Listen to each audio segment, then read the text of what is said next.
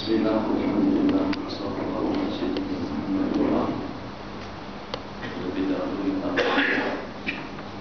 karena tadi setelah live di Instagram waktu menunjukkan pukul 7.05 menit karena kita harus mengejar waktu maka dengan berangkat ke sana, tapi dikarenakan karena tidak tahu jalan menuju bukit antarabangsa yang dengan nama surga bukit ini sudah terpampang dan juga sudah tersebar di sana sini, khususnya dunia mengenal lokasi tempat ini pada saat berlakunya program untuk atau taman unsur pada beberapa tahun atau bulan yang lalu. Rupa-rupanya untuk menuju jalan bukit antarabangsa saja kalau kita tidak tahu begitu susah. Banyak teman-teman yang mana satu. Nah itu juga tak boleh sampai. Gimana kalau pada waktu dengan kita tidak ada kenalan di akhirat? Yang pada saat dengan kita tidak pernah tengok. Kalau di Malaysia, kalau di KL kita sudah datang berapa kali berulang kali. Sekian kali dengan kita datang kemari. Bahasa sama bahasa. Kemudian dengan bangsa kita satu rukun. Hampir tidak ada perbedaan antara satu dengan yang lain. Tapi ternyata begitu susah untuk kita datang kemari. Bagaimana kalau dengan bahasa sudah tidak dengan bahasa kita lagi? Yang nelayan kita di kalangan malaikat yang kita tidak pernah mengenal mereka, keluasannya. Jadi kita bersabda untuk penghuni surga yang paling di bawah dan yang paling hina itu nanti pada hari akhirat dia memiliki fasilitas di dalam surga itu seperti 10 kali ganda dunia. Itu baru untuk satu orang saja. Bagaimana kalau seandainya dengan seseorang tadi itu Allah tempatkan fil firdausil a'la menjadi sebagai salah satu daripada penghuni surga Firdaus. Itu sebesar apa surganya? Itu baru surga yang akan ditempati oleh penghuni-penghuni surga. Bagaimana luasnya akhirat? Dan bagaimana dengan kita boleh menuju tempat kita masing-masing? Kalau untuk ke bukit antarbangsa saja kita sudah sesat. Takkan dengan kita akan lebih lincah dan juga lebih tahu tentang suluk belok keadaan akhirat yang seperti apa, sedangkan kita tidak pernah pergi ke sana. Ini perlu kita renung sejenak.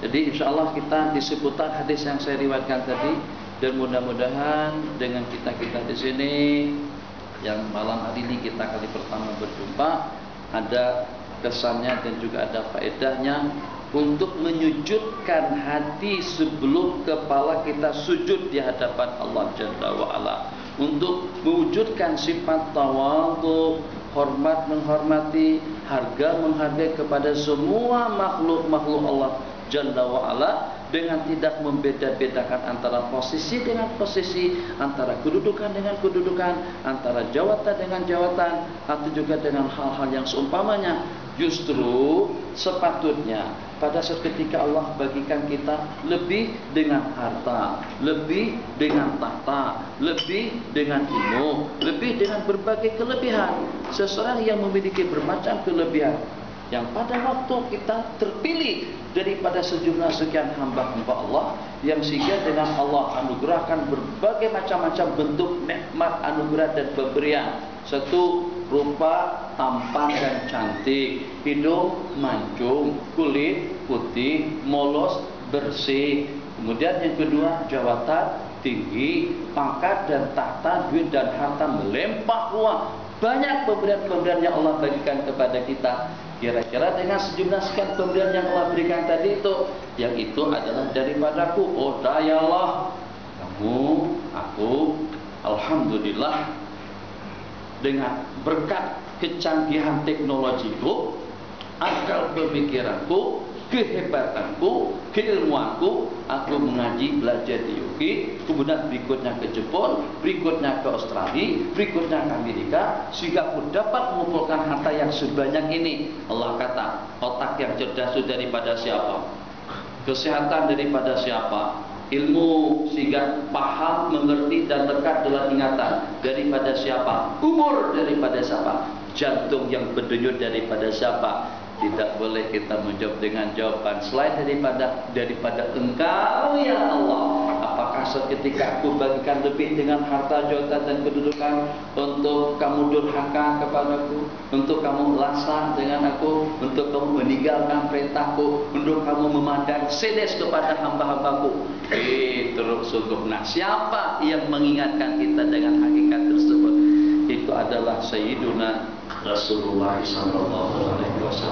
Oke, kita cukupkan dulu kumpulan orang-orang kaya dengan menteri-menteri dan dengan kumpulan orang miskin. Kita berpindah kepada kumpulan yang ketiga. Kumpulan ketiga dan keempat itu juga antara daripada kumpulan yang nanti kita wajibkan untuk mencintai baginda Nabi.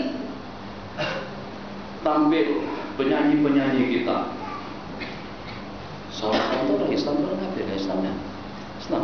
Kalau ada hal-hal di Islam itu Shahrukh Khan, Amar Khan, Salman Khan. Kemudian dengan penyanyi-penyanyi kita Rabbani, Hijazi, dan juga dengan kumpulan Amu, Mawi, siapa-siapa tuh.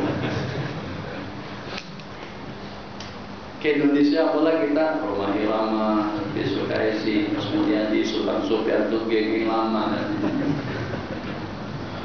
Ini kalangan seniman semuanya. Kalangan seniman dengan di kalangan atlet.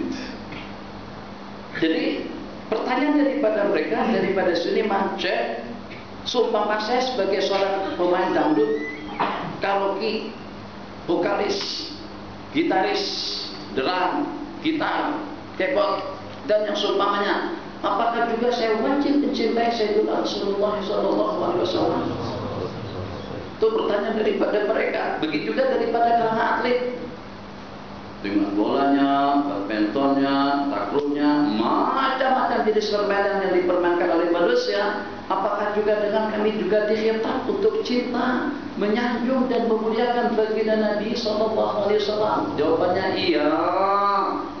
Tentu selama dengan kalian bersyahadat dengan dua kalimat syahadat, asyhadu an la ilaha illallah wa asyhadu anna Muhammadar Rasulullah. Selama kalian mengakui tentang kenabian daripada Nabi Muhammad SAW, selama kalian mengakui dan meyakini bahwasanya hidup di dunia hanya untuk sementara, selama dengan kalian meyakini kita akan kembali kepada Allah Jalla wa'ala, selama kita meyakini besar kecilnya, banyak sedikitnya, tinggi rendahnya, ringan dan beratnya, kegiatan, aktiviti, perbuatan yang kita lakukan akan dihisab oleh Allah Jalla wa'ala.